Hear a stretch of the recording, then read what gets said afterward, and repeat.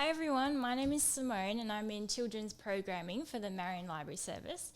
And this April school holidays we had planned a really fun activity for you guys, decorating stones, making some story stones.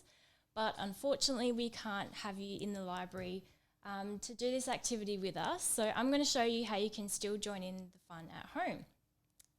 So the idea of story stones has been around for a little while.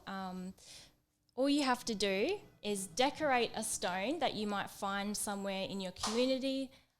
If you're walking around, taking the dog for a walk, you might find a stone lying around, so you can wash your hands afterwards. But if you collect it, take it home, decorate it, and then you can put it back in your community for someone else to find. So you can either write a nice little message on there or draw a picture, or you can even use things around your home that you already have to decorate them, so you can make something nice for someone else to see. So it's a bit like all the fantastic chalk drawings that I've been seeing around my community when I take my dog for a walk. But these stones are even better because they won't get washed away by the rain.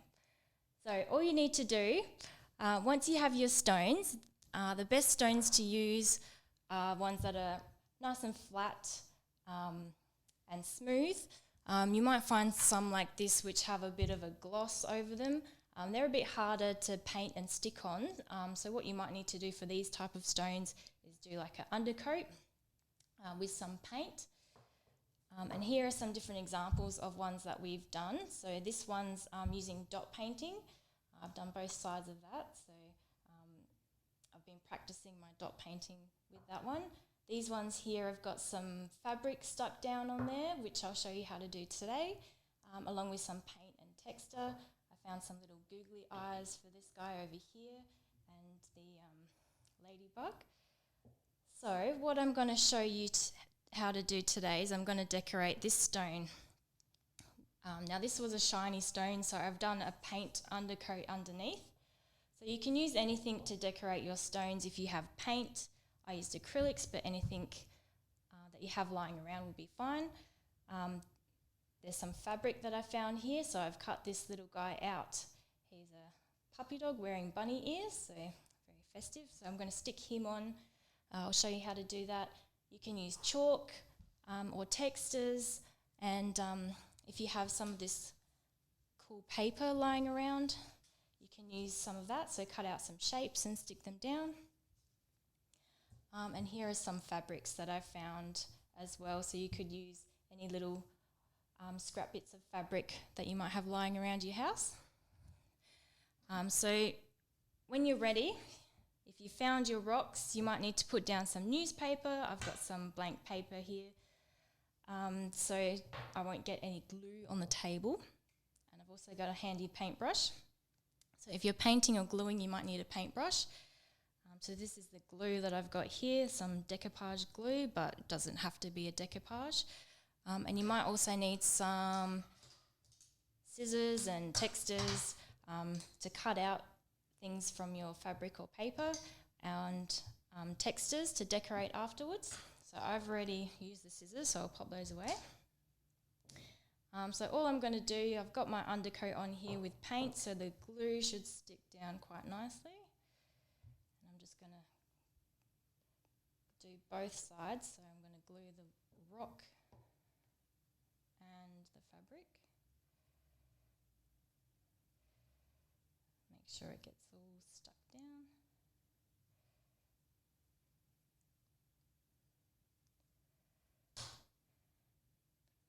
You might also want to wear a smock if you're a bit messy like me. It saves your clothes from getting paint all over them.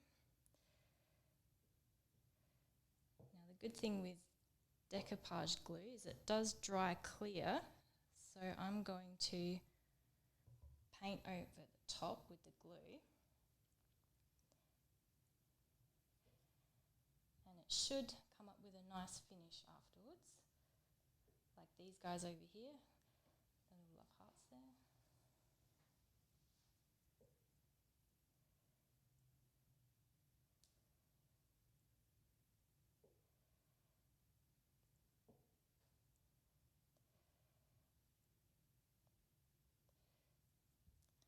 Okay, there he is.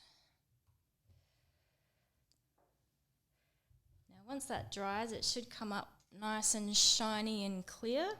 And I've got my texter here ready to write a message on there. And I'll leave it somewhere on my walking track so someone can maybe have a nice little surprise.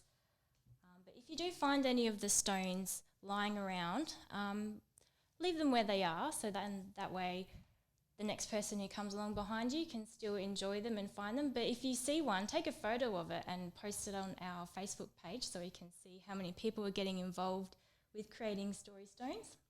And if you need some tips on how to do the paint, we do have a video that we posted online earlier about painting this little guy.